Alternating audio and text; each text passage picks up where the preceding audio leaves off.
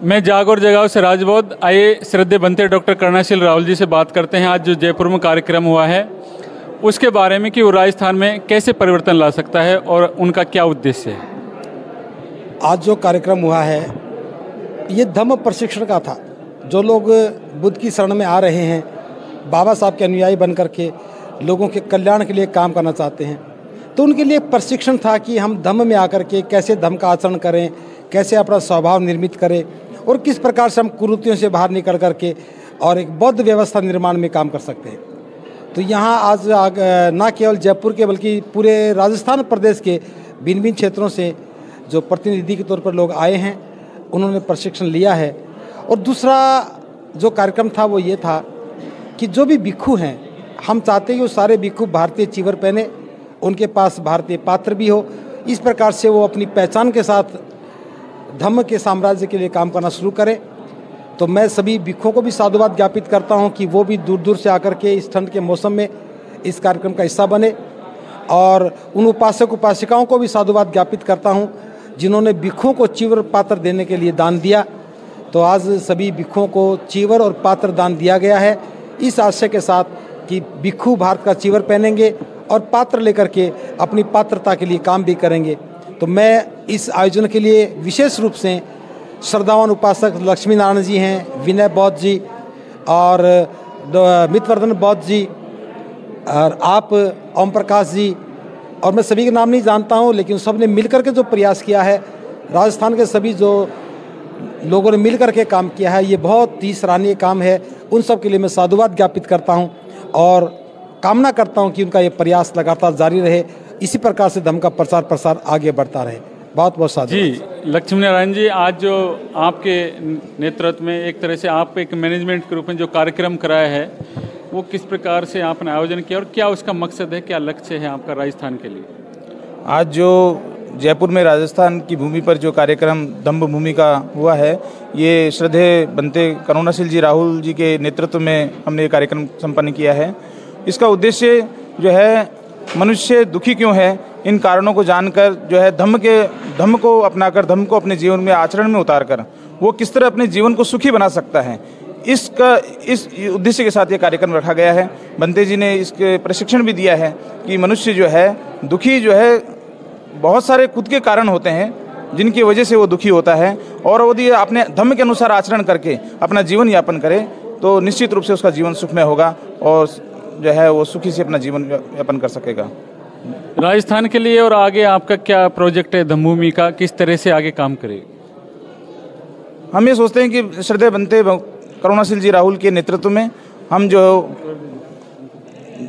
है का कार्य करें और धम्म का जी स्थापना जो है हम भारत में कर सकें, खासकर राजस्थान को लेकर हम जो है धम्म की स्थापना कर सकें, जिससे कि हर व्यक्ति, भारत का रहने वाला हर व्यक्ति जो है अपने जीवन को सुखमय बना सके और अपने जीवन को शांति से जीवन जी सके, बिना कोई लड़ाई झगड़े के वो जीवन अपना व्यापन कर सके। ये हमारा उद्देश्य है। थैंक यू आपका।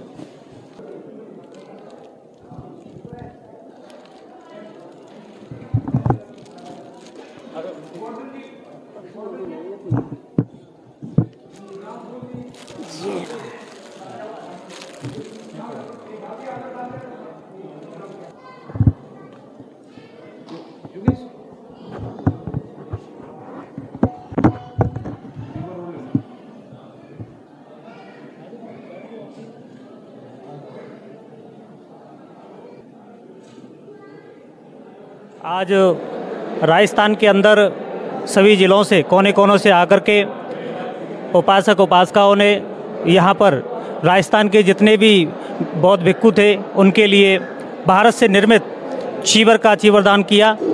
और एक बुद्ध काल के बाद में बहुत कम से कम 2500 साल के बाद पहली बार भारत में निर्मित चीवरों का इस तरीके से दान किया गया है। और उम्मीद है कि अब भारत में भारत का निर्मित एक ही रंग का चीवर पहना जाएगा। इसी के साथ में आपको शुक्रिया, साधुवाद, नवोदय, जय भीम। आज बताइए कि आज जो प्रोग्राम हुआ है वो क्या रहा और क्या आगे उसका उद्देश्य है? ये आज का जो कार्यक्रम बहुत ही सुंदर रहा है और ख़ास करके जो धम्म भूमि जो एक सामाजिक नवनिर्माण की व्यवस्था के लिए जो काम कर रही है कि बौद्धों की आज तक कोई सामाजिक व्यवस्था स्थापित नहीं हुई है, न उनकी कोई परंपराएं हैं, न कोई रीति रिवाज है। बौद्ध आज भी वही पुरानी व्यवस्थाओं को ढो रहा है। तो एक कम से कम ये शुरुआत होनी चाहिए कि बौद्धों की अपनी एक अलग पहचान, अपनी व्यवस्थाएं स्थापित हो।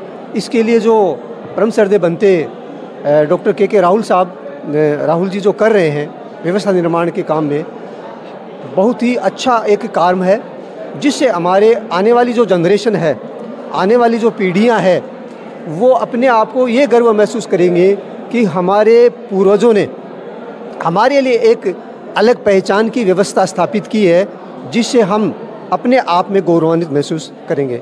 और इसी प्रयास के तहत हम लोगों ने, जो राजस्थान की जो टीम है धम्मभूमि की, उसने सबने मिलकर के एक अथक प्रयास से इस कार्यक्रम को बहुत ही रोचक बनाया है। और ये जो कार्यक्रम आज का हुआ है, बहुत ही सुंदर कार्यक्रम हुआ है, जिसकी जितनी तारीफ की जाए उतनी कम है। बहुत कि एक बौद्ध परिवार अपने आप से दृढ़ संकल्प करें कि मैं आने वाले समय में या आज से ही इस जो हमारी बौद्धों की जो सामाजिक व्यवस्था है उसको लागू करूँगा मैं अपने आप से। तो अपने आप से लागू करने के साथ ही हमारी एक कड़ी से कड़ी बनती चली जाएगी। आज का जो कार्यक्रम था वो आशा और अपेक्षाओं से बहुत ही ज़्यादा बढ़कर के साबित हुआ है। बहुत ही जीवन में हमने ऐसा कार्यक्रम देखा नहीं।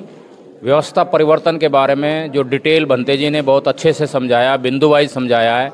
जो 67 सालों में हो जाना चाहिए था, जो आज तक नहीं हुआ, वो कौन कौन सा काम था जो नहीं हुआ और जो होना चाहिए था, और वो किस तरह से होगा, उसके बारे में बहुत अच्छे से हमें करुणाशील राहुल जी ने बताया है और हमें बहुत अच्छे से समझ में आया है। हमने बहुत कुछ तो परिवर्तन कर लिया है, लेकिन जो और हमें करना शेष है वो हम निश्चित रूप से करेंगे।